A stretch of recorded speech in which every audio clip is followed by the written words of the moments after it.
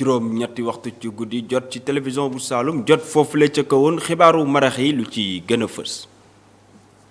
dina bokk ci xibaar yi fukki milliards ak ñett ci suñu xaalis mooy xayma projet bu ñu namu amal fii ci Kaolack ngir lu jëm ci setaayu dëkk bi projet boobule danañ ko door ci atum 2018 tey ji lañ ko xamle ci ab daje fukki blessé mooy xayma accident bu amoon tey ji ci suba sa rond-point Noiro bu Kaolack ak oto minicar moo fa laale woon ak benn 7 places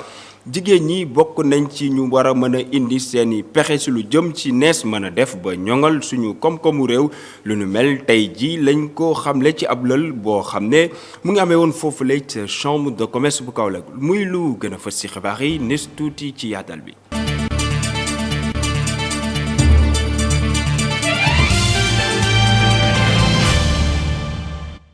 ñu leen di jaajëfal ci teewlu bi ngeen di teewlu télévision bu Saloum comme nuñ leen ko junjee woon sànq ci bopp xibaar yi fukki milliards ak ñett ci suñu xaalis mooy xayma projet bu ñu namm amal fii ci diwaanu Kaolack ci lu jëm ci setaayu dëkk bi projet boobu leen nag danañ ko door ci atum 2018 tey jii lañ ko xamle ci ab daje boo xam ne amoon na fii ci Kaolack Lansana Gagny Sakho mooy directeur ONAS ñu teewlu ko ci micro Soda Diakhoumpa.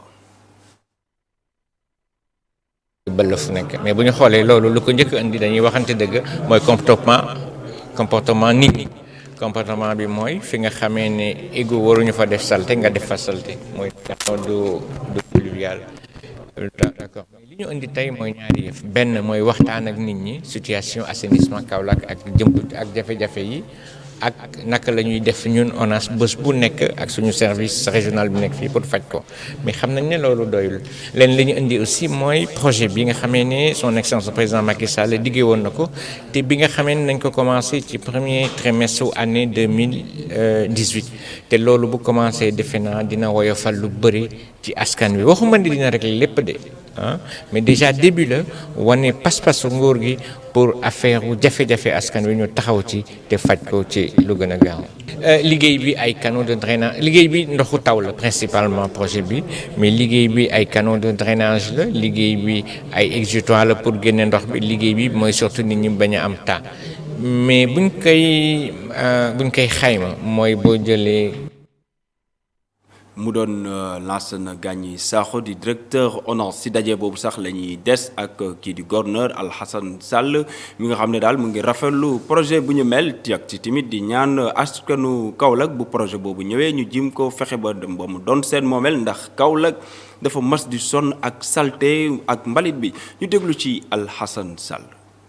waaw dañuy sant yàlla bu baax di wax ni vraiment kontaan nañu tey ci présence su directeur général bu ONAS ci réunion de coordination des chefs de service sous la présidence du gouverneur ñu koy def weer bu jot. alors tey jii nag dañu ko invité woon pour mu ñëw waxtaan ak ñun ci projet d'assainissement boobu ñëpp xam nañ ni bi fi président ñëwee fii ci Kaolack def fi conseil des ministres délocalisé ci recommandation yi ci promesse yi nga xam ne gouvernement jëloon na ko bokkoon na ci mbirum assainissement bu Kaolack alors depuis boobu am na jéego ñu jot def ndax PNGD bi ñëw na ak l'unité de coordination de gestion des déchets tàmbali na bii nag moom moo waroon ñëw eggale ko te bii dañ ko war a def ci mbirum mu aide ñu ci nawet bi inondation yi su dee amit du metti mbaa du bëre mais à terme inondation sax dañuy dem ba du am donc ndox bu nga xam ne jóge na ci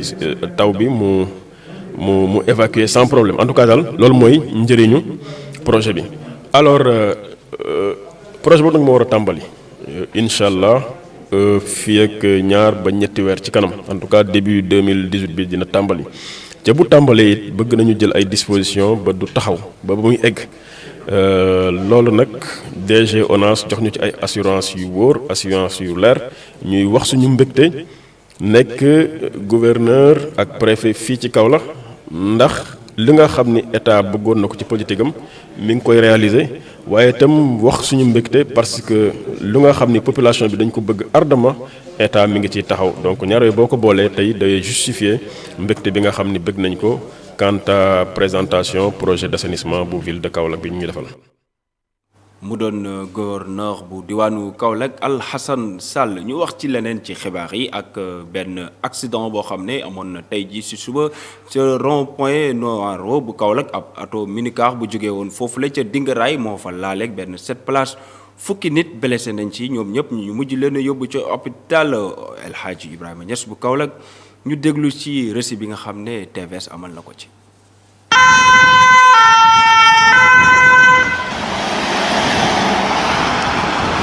tali bi mu ngi wéy di wanewaat boppam tey ji sax si suba ab accident la ñu nemmeeku woon foofule ca Pont Noiro bu Kaolack ab oto minicar moo fa këpp jur fa nag fukki nit yoo xam ne dañ cee mujj blessé bu ñu sukkandikoo si sergent Christophe Baray bu 31e compagnie bu sapeur pompier bu Kaolack nee na oto bi Dingaraay la jóge woon ngir jëm Kaolack waaye nag benn nit mujj fa ñàkk bakkanam à part ay blessé oto boobu nag mu ngi yeboon ay clients yoo xam ne lu ci gën a ëpp mooy ay baykat bu ñu sukkandikoo ci ñi nga xam ne fekkeewoon nañ accident boobule nañ oto bi lu tax mu këpp mooy benn instant chauffeur bi dafa ñàkk contrôle ba tax rek mu jubali ci benn place boo xam ne mu ngi taxawoon oto boobule mujj daanu foofule ca Pont Noiro bu Kaolack ci biir oto bi nag gisoon nañ fa ay saaku gerte waaye tamit ay saaku dugub ak yeneen bagage yoo ñoom ñëpp dañoo mujj tasaaroo.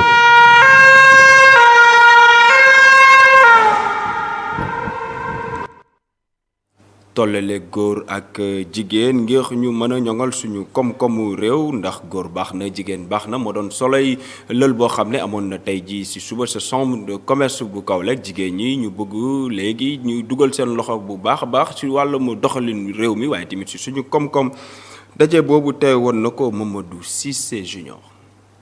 kii di Pape Malick Faye bokk ci li nga xam ne moo di chambre de commerce bu Kaolack moom nag mi ngi xamle ne kuréel gii di chambre consulaire mbébétam du lenn lu dul yemale góor ak jigéen ci kaw loolu sax mi ngi xamle ne benn dëkk mënta jëm kanam ndem su fekkul ne jigéen ñi dañoo jàpp ci koom-koom bi ak doxalinu dëkk ba. waaw li ko sabab bëri na parce que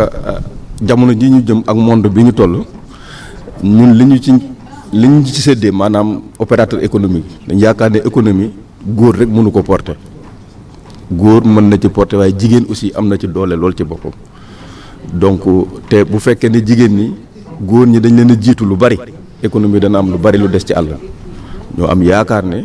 ñoom comme ay opérateur économique lañ war nañ leen mën a tàggat ba nga xam ne fu góor taxaw jigéen war na faa mën a taxaw pour exercer les mêmes fonctions que li góor ñi di def quand même sur le plan économique. ñëwoon teewee li nga xam ne moo di ndaje bi kii di Moussoukoro Mbaye doon femme d'affaires bokk itam ci chambre de commerce bu Kaolack moom nag nee na ci wàllu koom-koom ak li nga xam ne moom mooy doxalinu dëkk bi jigéen am na ci solo bu baax a baax ndéem su fekkee ni góor ñi ñu ngi yëngatu bu baax ci wàllum li nga xam ne moo di milieu familial bi jigéen ñi ñoo téye li nga xam ne moo di responsabilité bi. jigéen ñi toll nañ foo xam ne tey jii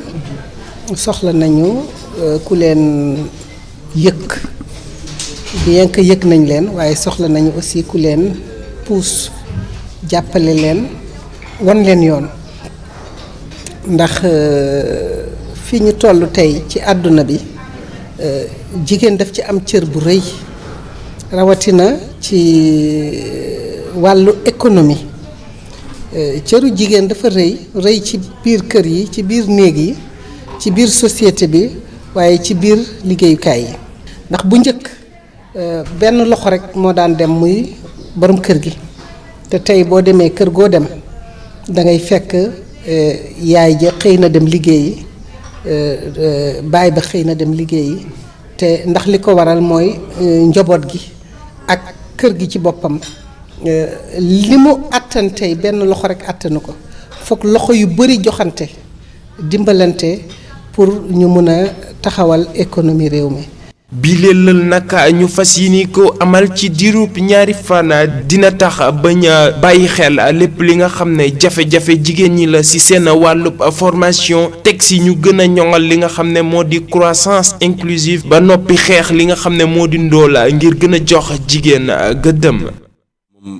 Mamadou Cissé Junior si lël boobu sax la ñuy des ak ki nga xam ne mooy Lucie de Merse di concert volontaire sa Sako moom daal nee na lël boobule day fexe ba jàppale jigéen ñi ngir ñu gën a moom seen bopp maanaam am seen autonomie financière waaye tamit dana leen dimbale ngir ñu am ay jumtukaay yoo xam ne buñ ci jaaxee danañ mën a lépp luy góor di def daal jigéen def ko ndax góor baax na jigéen baax na fukki loxoy takk sér fukki la koy takk tubéy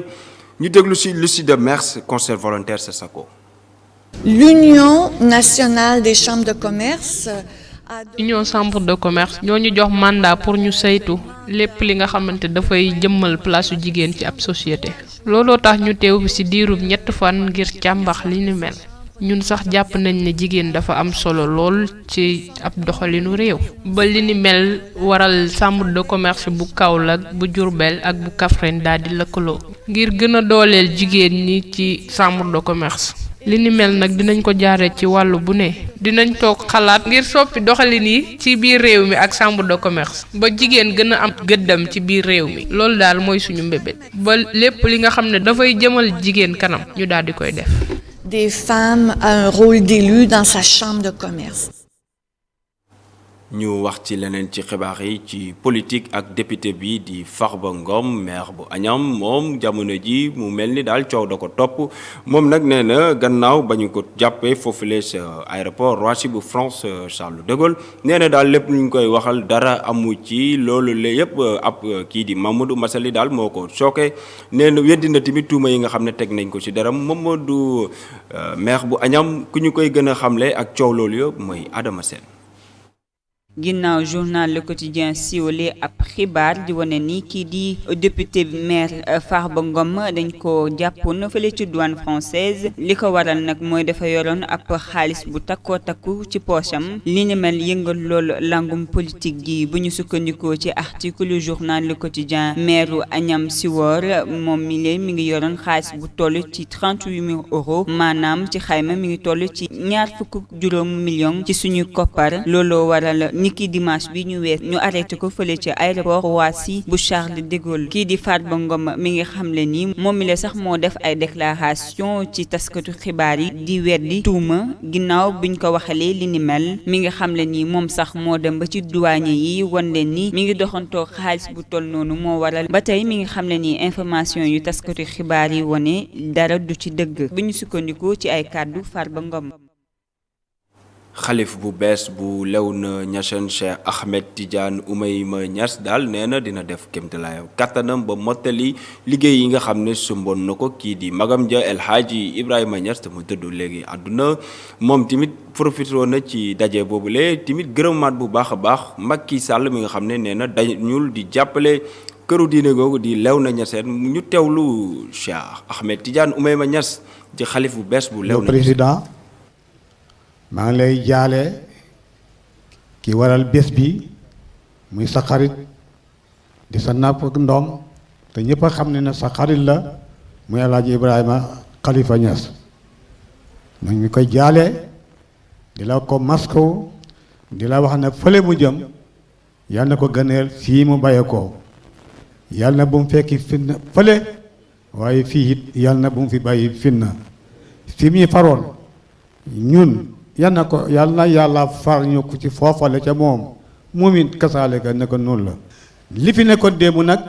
muy ki nga xam ne mooy xalifa alaaji mu ndaw doxandoon ko fi defoon ko fi muy dem ba ci alaaji Babacar muy dem ba ci alaaji Omar muy dem ba ci moom mii te mu ñëw ñeneen man maa jiite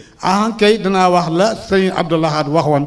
ñeneen yaa jiite mu nekkoon de maa topp ci dee gi kuy na yaay xalifa rek bu yeba pare soo daal la xam ne kee dem la nga toogee wax di seeta nag moom it moo lay fël xalifa nag du lenn lu ñëwal topp ci dee gi loolu mooy xalifa kon nag maa ngi sant maa ngi ñaanal réew mi jàmm ak salaam naataanga ak jàmm ju sax yow président ñun duñ dañ mukk di la ñaanal ndax ba jumaa ji yi nga xam ne tey def nga ko fi ñun ña seen lew nañu seen famille nañ seen mooy sët mi sët sëtaat ñëpp a gërëm nañ la ñu lay ñaanal te danañ lay ñaanal ku la defal lu baax nga sant ko ku la defal leneen it mënoo ko sant waaye danga ko bàyyi loolu moo noxoon ne bala maa ñaan danaa ko wax. moom tamit ñu koy ñaanal fan bu gudd ak wér-gu-yaram xalif bu bees boobule di Cheikh Ahmed Tidiane Oumayma Niass.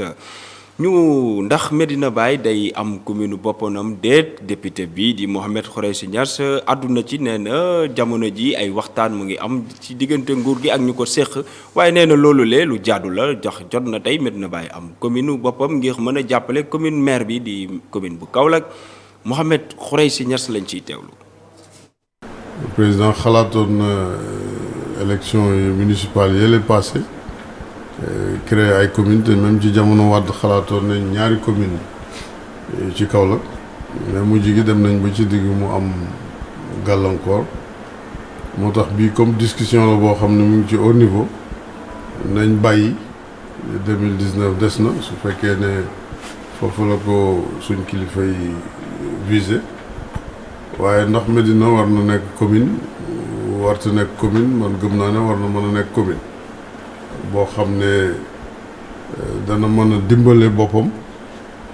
dana mën a dimbale itam commune centrale bi nga xam ne moo nekk Kaolack